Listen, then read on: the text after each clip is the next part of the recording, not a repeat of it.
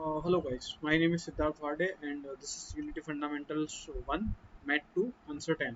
Okay, so the first question is, what is a canvas scaler and why do we use it? Okay, so canvas scaler is a component that defines the scale and the pixel density of the UI elements. Okay, so why do we use it? We use it to define like the resolve to show to define the resolution of an UI elements that we are going to use.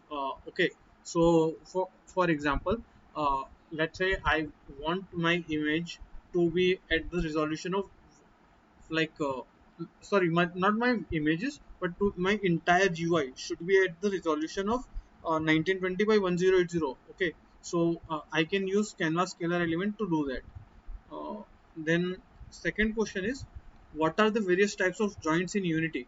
Okay, so there are mainly two types of joints, so like 2D joint and 3D joint, but there are types. There are multiple few different types of 3D joints.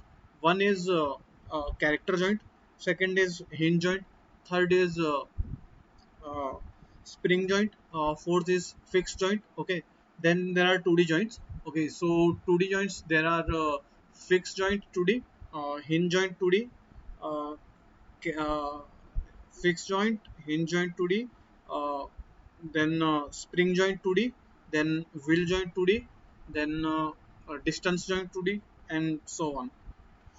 Uh, then the third question is, what does a content size filter component used for?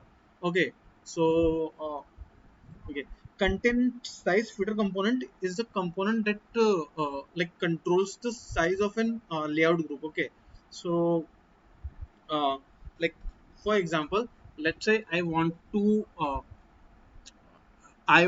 have an inventory UI. Okay, but as much item as I can pick up an item and it will reflect in my UI. Okay, and I am arranging them in a vertical layout group. Okay, so